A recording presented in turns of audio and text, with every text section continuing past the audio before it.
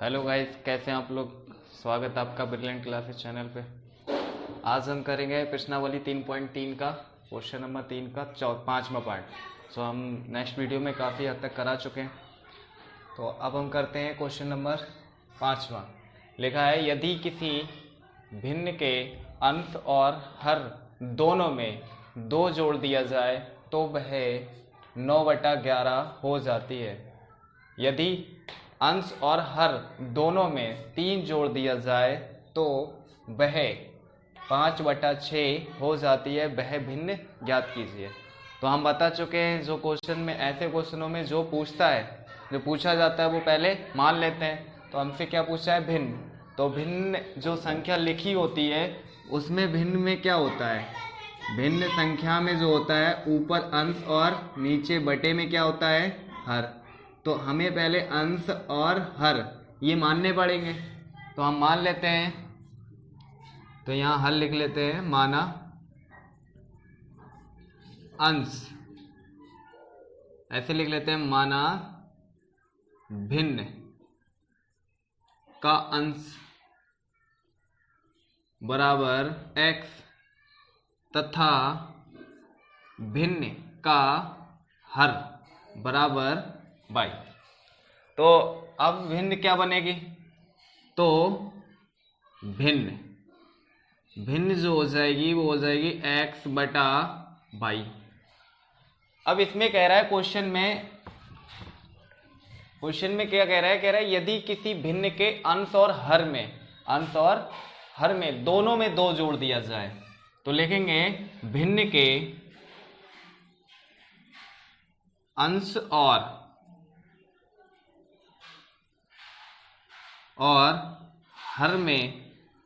हर दोनों में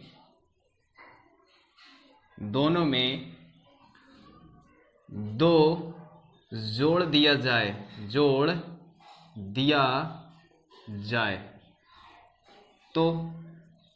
तो क्या होगा कि अंश में हम 2 जोड़ देते हैं तो अंश क्या है? x। तो x+2 बटा, कह रहा है अंश और हर दोनों में, तो हम हर में भी 2 जोड़ेंगे तो y+2 बराबर कितनी हो जाएगी संख्या? 9/11। तो 9/11 लिख लेते हैं बराबर में। अब इसका क्या करेंगे? Cross multiply. तो 11 की गुणा होगी x+2 से, तो 11 और x+2 बराबर इसकी 9 की गुणा हो जाएगी 9y+2 से। आगे बढ़ाते हैं इस क्वेश्चन को। तो 11 की गुणा x में करेंगे, 11x + 11 दूनी 22 बराबर 9y + 9 दूनी 18। अब सारे जो चर हैं ये चर एक तरफ कर लेते हैं। तो x 11x ये इधर आएगा माइनस का 9y बराबर बचेगा 18, और ये जो माइनस का 22 है लेफ्ट हैंड साइड से राइट हैंड साइड में लेके जाते हैं, माइनस का हो जाएगा। तो 11x माइनस का 9y बराबर 22 में से 18 घटाएंगे तो कितना बचेगा? 2 4 माइनस का 4। अब इसे मान लेते हैं समीकरण 1। अब हमारे पास एक रैखिक समीकरण आ गई। तो एक कंडीशन लगाई उसमें, जब अंश और हर दोनों में 2 जोड़ा है। अब दूसरी कंडीशन क्या कह रहा है? यदि अंश और हर में दोनों में 3 जोड़ दिया जाए। लिखेंगे अब अंश भिन्न के, लिखेंगे भिन्न के अंश और हर में नहीं दोनों में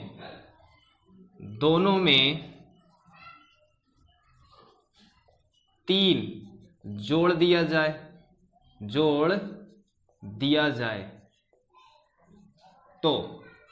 तो संख्या क्या कितनी हो जाएगी? 5/6। तो पहले तो हम 3 जोड़ देते हैं। तो अंश भिन्न का क्या है? x और हर कितना है? y। तो अब x+3 अंश में जोड़ दिया बटा भाई में, हर में भी हम कितना जोड़ देंगे? 3। तो y प्लस कितना हो जाएगा? 3 बराबर ये संख्या कितनी हो जाएगी? जब अंश में 3 और हर में 3 जोड़ देंगे तो संख्या हो जाएगी 5/6। अब यहाँ भी हम क्रॉस मल्टीप्लाई करेंगे। तो बोर्ड को 2 पार्टों में बांट लेते हैं। अब यहाँ से क्या होगा कि 6 की गुणा किससे हो जाएगी? x + 3 बराबर 5 की गुणा, क्रॉस मल्टीप्लाई करेंगे तो 5 की गुणा हो जाएगी y प्लस 3। अब गुणा करेंगे तो 6 की गुणा x में करेंगे तो 6x प्लस 6 तियाँ 18 बराबर 5y प्लस 5 तियाँ 15। इसमें भी जो दोनों चर हैं वो एक साइड में कर लेते हैं तो 6x माइनस का कितना आ जाएगा 5y बराबर 15 माइनस का 8। अब यहाँ से आ जाएगा x 6x माइनस का 5y बराबर 18 में से 15 घटाएंगे तो कितना बचेगा माइनस का 3। इसे मान लेते हैं समीकरण 2।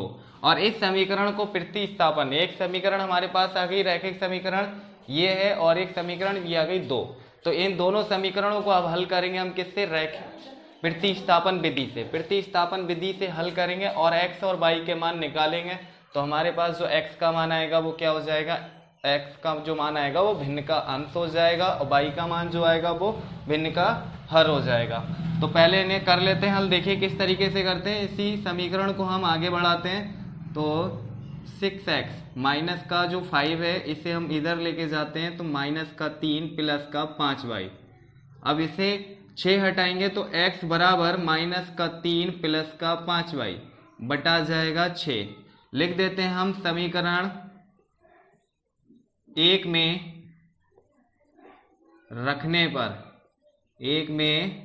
रखने पर तो इसे रखेंगे समीकरण 1 में तो समीकरण 1 ये है तो यहाँ से आएगा 11 और ये x मिला है तो गुणा लगाएंगे और x की मान लगा देंगे कितना माइनस का 5 प्लस माइनस का 3 प्लस का 5y बटा 6। यहाँ से आएगा 9y बराबर माइनस का कितना आएगा 4। अब इसकी 11 की गुणा इसके अंदर करेंगे तो माइनस का 11 तियाँ 33 हो जाएगा प्लस 11 पंजे 55y बटा आ जाएगा 6 माइनस का 9y बराबर माइनस का 4। इसके बटे में 1 लगा के लासा लेते हैं यानी एलसीएम कितना आएगा 1 और 6 का, यानी 6 और 1 का एलसीएम आ जाता है 6 तो 6 से 6 कैंसिल हो जाएगा माइनस का 33 प्लस का 55 बाई माइनस 6 की गुणा 5 में करते हैं तो कितना हो जाएगा 6 नेम 54 यानी कितना आ जाएगा 54 बाई बराबर माइनस का 4। आगे बढ़ाते हैं इस क्वेश्चन को तो माइनस का 33। अब 55 में से कितना घटाते हैं हम 54 तो 55 में से 54 घटाएंगे कितना बचेगा प्लस का 1 बाई बराबर ये जो 6 है इधर क्रॉस मल्टीप्लाई में चला जाएगा तो 6 चौक 24 तो यहाँ से आएगा बाई बराबर माइनस का 24। अब ये 33 है इस साइड में जाएगा तो प्लस का कितना हो जाएगा 33 तो माइनस के 24 में से 33 घटाते हैं कितना बचेगा तो 33 तो घटेगा 24 से तो 33 तो घटेगा नहीं तो ऐसा करते हैं 33 से 24 घटा देते हैं तो इधर ढाई लेंगे हो जाएगा 13, 13 में से 9 जाएगा कितना बचे 4 जाएगा कितना बचेगा 9 तो यहाँ 33 में से 24 घटाएंगे तो 9 आ गया तो ये तो हो गया बाई का मान। अब एक बाई का यानी एक चर का मान जब निकाल लेते हैं उसे उठा के किसी भी समीकरण में रख देते हैं। समीकरण 2 में रखिएगा चाहे समीकरण 1 में रखिए तो हम इसे रख देते हैं बाई बराबर 9 समीकरण 1 में रखने पर तो समीकरण 1 में रखने पर रख देते हैं इसे समीकरण 1 में तो समीकरण 1 ये है तो यहाँ से आएगा 11x फिर है माइनस का 9 गुणा अब यहाँ पर है बाई तो बाई का मान कितना लगा देंगे 9 बराबर माइनस का 4 तो यहाँ जाएगा 11x माइनस का 9 नेम 81 बराबर माइनस का 4। ये माइनस का जो 81 है इधर लेके जाएंगे तो 11x बराबर माइनस का 4 प्लस का 81। अभी यहाँ पर बोर्ड पे नीचे जगह नहीं है तो आप इसका स्क्रीनशॉट ले सकते हैं और मैं अभी मिटा दूंगा इसको।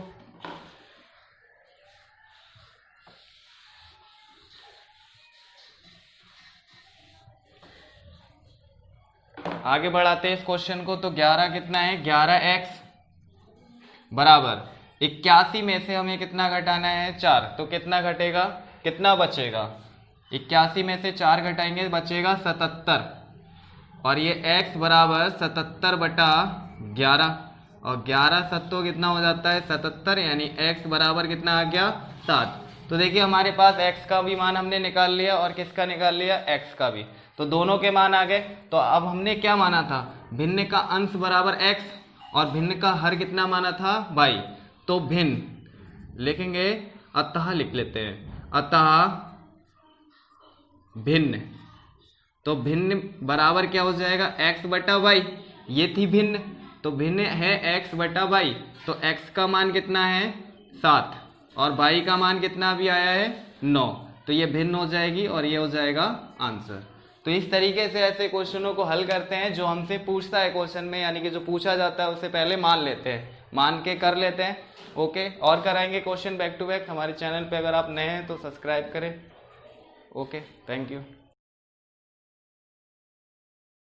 हेलो गाइस, अब हम करते हैं क्वेश्चन तीसरे का छठा क्वेश्चन है। तो इसे कैसे करते हैं देखिए, लिखा है 5 वर्ष बाद जैकब की आयु उसके पुत्र की आयु से 3 गुनी हो जाएगी। यानी कि 5 वर्ष बाद जो जैकब होगा उसकी आयु अपने पुत्र की 3 गुनी उसकी हो जाएगी। उसके बाद क्या कह रहा है, 5 वर्ष पूर्व यानी कि 5 वर्ष पहले जैकब की आयु उसके पुत्र की आयु की 7 गुनी थी। उनकी वर्तमान आयु क्या है। यानी कि पहले हमसे जो क्वेश्चन में पूछता है वो पहले क्या कर लेते हैं, मान लेते हैं। तो इस क्वेश्चन में हमसे पूछा है उनकी वर्तमान आयु, यानी जैकब और उसके पुत्र की वर्तमान आयु। तो हम लिख लेते हैं, यहाँ पर पहले हल लिखेंगे और लिखेंगे जैकब माना जैकब की वर्तमान आयु x वर्ष, मान लेते हैं कितना वर्ष है, x वर्ष है उसकी वर्तमान आयु। फिर आगे बढ़ते हैं, तथा उसके पुत्र की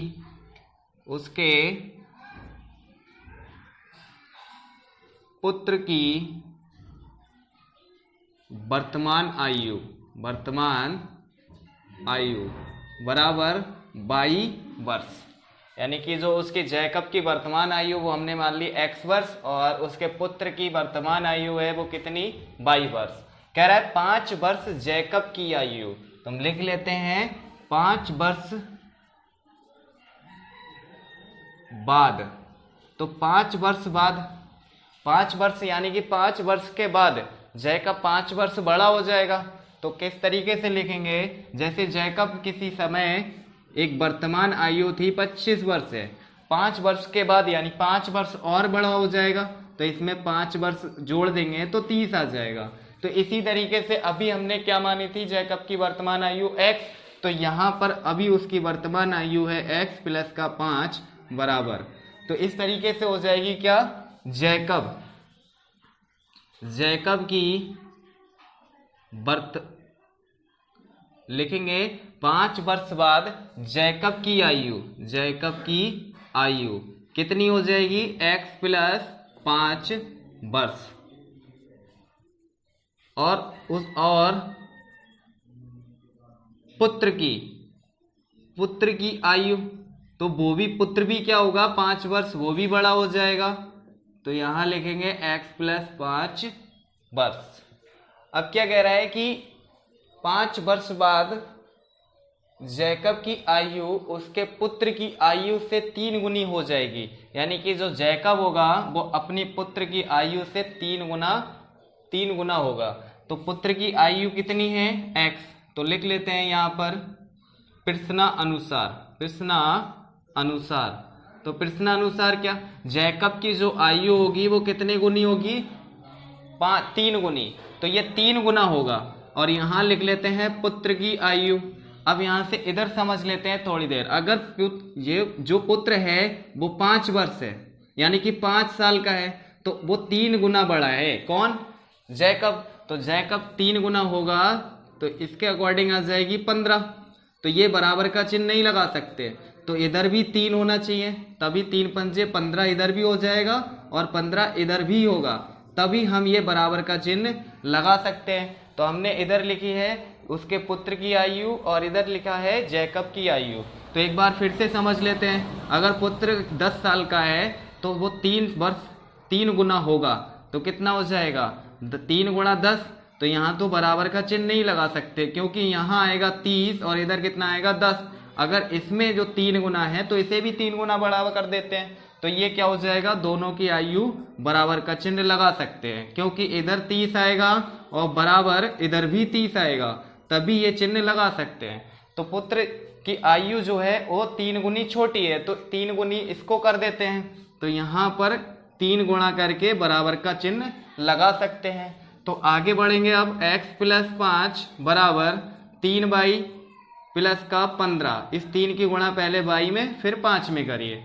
अब इन्हें एक तरफ कर लेते हैं, तो x माइनस का 3y बराबर 15, ये यहीं लिखा है और ये जो 5 इधर जाएगा माइनस का 5 हो जाएगा, तो x माइनस का 3y बराबर कितना आ जाएगा 10। इसको मान लेते हैं समीकरण 1। अब क्या कह रहा है, कह रहा है कि 5 वर्ष पूर्व, यानी कि 5 वर्ष पूर्व का मतलब होता है पहले। तो पहले क्या थी कि 5 वर्ष पूर्व जैकब की आयु उसके पुत्र की आयु की 7 गुनी थी, यानी कि पहले। तो लिखेंगे 7 वर्ष पूर्व, लिखेंगे अब 7 वर्ष पूर्व। तो 7 वर्ष पूर्व क्या हो जाएगा, लिखेंगे जैकब की आयु, तो 7 वर्ष, यानी कि पहले जैकब कितने वर्ष का था, माना था हमने कितना 25 का था। अब वो 7 वर्ष पहले कितने का था, तो इसमें से 7 घटा देंगे, तो जब घटाएंगे तो उसकी 7 वर्ष पहले की आयु आ जाएगी। तो 7 वर्ष पहले जो जैकब था उसकी आयु वो कितनी थी पहले, अभी तो वर्तमान मायनी थी हमने x, तो यहाँ से x माइनस कितना आ जाएगा 7 वर्ष। इसी तरीके से उसके पुत्र की आयु, उसके पुत्र की आयु बराबर ए भी 7 वर्ष क्या हो जाएगा, छोटा हो जाएगा, यानी 7 वर्ष छोटा हो जाएगा। अब लिखेंगे फिर से पुनः प्रश्न अनुसार। अब प्रश्न अनुसार क्या बोल रहा है, प्रश्न कह रहा है कि जैकब की आयु उसके पुत्र की आयु की 7 गुनी थी। अब जो जैकब की आयु है वो 7 गुनी, तो पहले इधर लिख लेते हैं जैकब की आयु अब कितनी है x माइनस 7, फिर यहाँ लिख लेते हैं, यहाँ से y आएगा, सॉरी उसके पुत्र की जो आयु है वो y माइनस 7 आ जाएगा, तो यहाँ आएगा y माइनस 7। अब ये 7 वर्ष 7 गुना ज़्यादा है और ये 7 गुना कम है, तो बराबर का चिन्ह नहीं लगा सकते, तो इसे बराबर करने के लिए इसे भी 7 गुना बनाना पड़ेगा। बराबर लिख लेते हैं। अब यहाँ से आएगा x माइनस 7 बराबर, इसकी गुणा इसमें करेंगे y में, तो 7y माइनस का 7 तो 49। आगे बढ़ाते हैं। तो यहाँ से आएगा x माइनस का 7, अब ये y इधर लेके आएंगे तो माइनस का 7 हम उस साइड में लेके जाएंगे, तो अभी 7 नहीं लिखेंगे और लिख देंगे यहाँ पर माइनस का 7y बराबर माइनस का 49, और ये 7 इधर जाएगा तो प्लस का हो जाएगा 7, तो x माइनस का 7y बराबर माइनस के 49 में से 7 घटाएंगे कितना बचेगा, माइनस का 42। इसको मान लेते हैं समीकरण 2, क्योंकि समीकरण 1 तो हम मान चुके हैं, अब इसको मानेंगे समीकरण 2। देखिए अब दोनों रैखिक समीकरण आ गई, एक रैखिक समीकरण ये है और एक रैखिक समीकरण ये आ गई। अब इन दोनों को हम हल करेंगे प्रतिस्थापन विधि से, क्योंकि जो प्रश्नावली 3.3 है उसमें सारे क्वेश्चनों को हमें हल करना है प्रतिस्थापन विधि से, और प्रतिस्थापन विधि हम नेक्स्ट वीडियो के पार्ट में कर चुके हैं, तो आप देख लीजिएगा। आगे बढ़ाते हैं दोनों को, इस समीकरण को आगे बढ़ाते हैं समीकरण 2 को। तो यहाँ से हम x का मान निकालेंगे माइनस का 42 और इसे इधर साइड में लेके जाएंगे प्लस का 7y। अब लिखेंगे समीकरण 1 में रखने पर, तो समीकरण 1 में रखने पर, तो समीकरण 1 कौन सी है, ये है। अब इसमें हम इसका मान लगा देते हैं, तो x का मान यहाँ लगाएंगे तो यहाँ हो जाएगा माइनस का 42 प्लस का 7y बराबर नहीं आएगा, क्योंकि x का मान अभी हमने यहाँ पे लगाया है, माइनस का कितना आएगा 3y बराबर बचेगा बराबर 10। तो इसमें हमने अभी सिर्फ x का मान लगाया है, यहाँ पर x था और x का मान ये लगा दिया माइनस का 42 प्लस 7, यहाँ आ गया माइनस का 3y बराबर 10। अब आगे बढ़ाते हैं इस क्वेश्चन को। तो आगे कैसे होगा, आगे बढ़ाएंगे तो माइनस का जो 42 है इसे हम इस साइड में लेके जाएंगे तो यहाँ बचेगा 7y माइनस का 3y बराबर 10 और प्लस का आ जाएगा 42। आगे बढ़ाते हैं क्वेश्चन को। तो 7y में से 3y घटाएंगे, कितना बचेगा 4y बराबर 10 और 42 कितना हो जाता है 52। तो y बराबर 52 बटा 4 से काटते हैं 52, तो 4 से 52 कटेगा, 4 एकम 4 और 1 इधर आ जाएगा तो 4 तियां कितना हो जाता है 12। तो y बराबर आ जाएगा 13। ये तो y का मान आ गया। अब हमें निकालना है किसका, यानी दूसरे चर का मान, यानी हमें निकालना है x का मान। तो हम लिखेंगे y बराबर 13 समीकरण 1 में रखने पर। तो समीकरण 1 में क्या रखेंगे x, y बराबर 13, तो समीकरण 1 ये है तो x माइनस 3। अब यहाँ पर क्या लिखा है y, तो y का मान लगा देते हैं 13 बराबर 10। तो x माइनस 13 तियां कितना होता है 39, 13 और 3 की गुणा कर ली हमने तो 39 आया बराबर 0। तो x बराबर 10 प्लस 39, तो x बराबर कितना आ जाएगा, x बराबर 10 और 39 को जोड़ेंगे तो कितना आएगा 49। अब यहां से x और y के मान निकाले हमने समीकरण 1 और समीकरण 2 से, लेकिन हमने माना क्या था, माना था जैकब की वर्तमान आयु। तो लिखेंगे अतः जैकब की वर्तमान आयु, तो वर्तमान आयु हमने कितनी मानी थी जैकब की, x वर्ष। तो x का मान कितना आया 49, तो जैकब की जो आयु आएगी वो 49 वर्ष आएगी। अब तथा उसके पुत्र की वर्तमान आयु, तो इसको वर्तमान आयु, पुत्र की वर्तमान आयु कितनी मानी थी 22 वर्ष, यहां पर 22 वर्ष माने थे हम। अब 22 का मान कितना आया 13, तो ये हो जाएगा 13 वर्ष और ये हो गया हमारा आंसर। तो इस तरीके से हम क्वेश्चनों को करते हैं हल। तो आपकी एक्सरसाइज 3.3 यानी कि प्रश्नावली 3.3 यहाँ पर कंप्लीट हो जाती है। इससे आगे क्वेश्चन नहीं दिए हैं। अगली विधि थी विलोपन विधि, तो विलोपन विधि से नेक्स्ट वीडियो में हम कराएंगे आपको क्वेश्चन, उनके प्रैक्टिस कराएंगे। विलोपन विधि से काफ़ी क्वेश्चन हम करा भी चुके हैं। तो जो थ्योरी वाले क्वेश्चन है उनको पहले रैखिक समीकरण में बनाना है, फिर उसको रैखिक समीकरण के रूप में लाने के बाद विलोपन विधि से हल कराएंगे। किस तरीके से करते हैं हल, वो भी इसी तरीके से करते हैं, बस रैखिक समीकरण निकाल के उनको विलोपन विधि से करना शुरू कर देते हैं। तो आप हमारे साथ में अगर नए हैं हमारे चैनल पे तो सब्सक्राइब करें, बेल आइकन दबाना ना भूलें और अपने जो फ्रेंड हैं अपने फ्रेंड को बताइए और उनको वीडियो शेयर करिए अच्छा लगे।